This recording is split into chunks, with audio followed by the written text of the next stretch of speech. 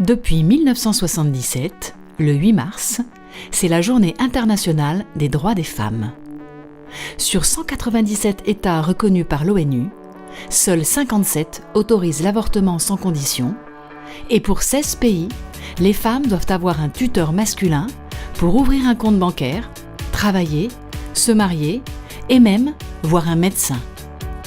En Russie, 456 professions sont interdites aux femmes.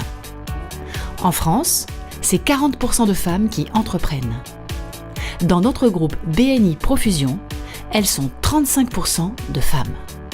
Ève, 40, ressources humaines. Stéphanie, 39, courtier en crédit immobilier. Anne, 54, designer d'intérieur. Lucille, 35, ressources humaines. Aurore, 37, directrice de projet. Virginie, 47, psychothérapeute. Béatrice, 50, je suis consultante en créativité et en innovation. Agathe, 31, avocate. Marie, 34, avocat en droit immobilier. Astrid, 42, assureur. Christina, 41, agent immobilier. C'est l'opportunité pour les femmes de se faire représenter et montrer qu'il y a toujours aujourd'hui la place pour une revendication des droits. Je trouve ça un peu dommage finalement qu'on doit faire une journée internationale de la femme, mais c'est important pour lutter contre toutes les inégalités qui sont encore très présentes dans le monde. Pour les femmes. Je pense que cette journée permet de mettre en lumière les femmes, parce que malheureusement, ce n'est pas toujours le cas au quotidien. C'est une journée où toutes les femmes sont mises à l'honneur. Il y a encore beaucoup trop de pays où les femmes ne sont pas considérées, elles n'ont aucun droit et ne peuvent rien faire. Cette journée est là pour rappeler ça et pour lutter à l'international contre ces discriminations. Un symbole de liberté, d'égalité et de libération de la femme. Une journée pour lutter contre la discrimination faite aux femmes. Ça signifie qu'on a envie d'attacher un peu d'importance à la condition de la femme, je dirais. Ça représente quelque chose qu'il faudrait à terme supprimer, parce que je ne vois pas pourquoi les femmes sont une catégorie à protéger. Ce sera gagné le jour où elle n'existera plus pour moi. C'est une valorisation de la femme, tant au niveau professionnel qu'au niveau personnel, au niveau familial. Une femme peut être entrepreneur, peut, dans certaines situations en tout cas, se sentir à la même hauteur que les hommes. Je ne me pose pas vraiment la question parce qu'au quotidien, moi je fonce et ce sont des questions que je ne me pose pas. Je pense qu'on ne devrait pas avoir, le problème c'est d'avoir à se poser cette question, on ne devrait pas avoir à se poser cette question. Il y a beaucoup de femmes qui viennent au cabinet en psychothérapie et il y a beaucoup de souffrances, entre autres au travail, qui viennent d'inégalités faites aux femmes et il y a un sentiment d'injustice très fort et ça provoque des souffrances importantes et donc ça me parle au quotidien. Lutter contre la discrimination salariale. C'est le droit à faire ce qu'on veut, quand on veut, comme on veut. C'est avoir le droit de conduire.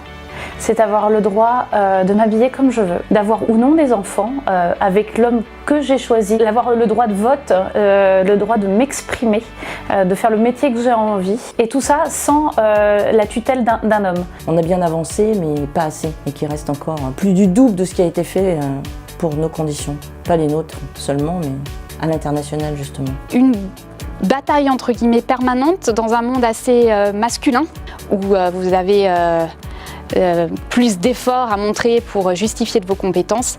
Et donc c'est vrai que c'est un combat permanent. C'est l'occasion de rappeler que même si on a fait beaucoup de progrès, il y en a encore beaucoup à faire. En France, mais surtout dans le monde, moi je pense que c'est l'aspect international qui est le plus important. Ne pas être privé d'aucune liberté et de pouvoir faire ses propres choix. C'est quand on se fait aborder dans la rue parce qu'on est en jupe ou autre, donc voilà des propos un peu sexistes on va dire. Pas grand-chose.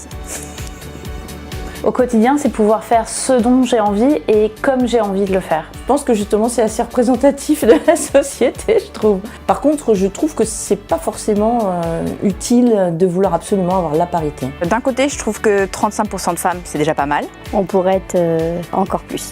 L'idéal, ce serait d'arriver à 50%. Ça montre que les femmes ne s'accordent pas assez de temps pour elles et surtout pour le développement de leur carrière. Des difficultés de garde, donc moins de femmes.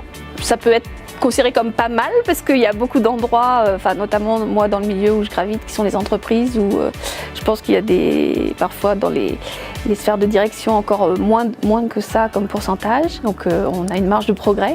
Aujourd'hui, la préoccupation principale, ça va être de tout savoir gérer sa vie familiale et gérer sa vie professionnelle. Et malheureusement, c'est encore trop souvent le cas. La femme n'a très rarement peu de temps pour conjuguer les deux, et c'est souvent la vie professionnelle qui en pâtit, malheureusement. Il y a des BNI où la femme est quasiment pas représentée. Il y a des groupes, même en France, où il n'y a pas ou peu de femmes. Et nous, on a la chance d'être un groupe assez mixte. C'est aussi dire aux femmes, mais venez, n'ayez pas peur d'entreprendre. Les hommes y arrivent. Ah oui, il y a peut-être des difficultés d'organisation pour celles qui sont mamans, ou la peur de s'émanciper sur le travail. Mais il ne faut pas. On est 35% et ça nous permet d'être aussi solidaires entre nous. Et d'ailleurs, les hommes de notre groupe sont bienveillants à notre égard. Je note qu'on est 35% de femmes et que sur les avocates, on est, il me semble, 4 sur 6 ou 5 sur 7, ce qui est très représentatif du nombre de femmes dans la profession d'avocat. Donc déjà, je trouve que de ce point de vue-là, le groupe est assez représentatif. Il y a encore beaucoup de progrès à faire, mais sans obligatoirement imposer la parité. Et je pense aussi que ça représente que c'est peut-être plus facile pour des hommes, quoi qu'on en dise, de se libérer tôt le matin, et que c'est probablement dans la plupart des couples présents, enfin de gens qui sont en couple présents au BNI, les femmes qui s'occupent des enfants le matin. C'est déjà pas mal. Néanmoins, je pense qu'il y en aura de plus en plus parce que beaucoup de femmes sont entrepreneurs, plus que les hommes. Les études aussi ont montré que beaucoup de chefs d'entreprise femmes s'en sortent beaucoup mieux que les hommes. C'est trop peu, alors mesdames au travail, allons-y et passons à 75%. N'ayez pas peur, entreprenez, libérez-vous et venez.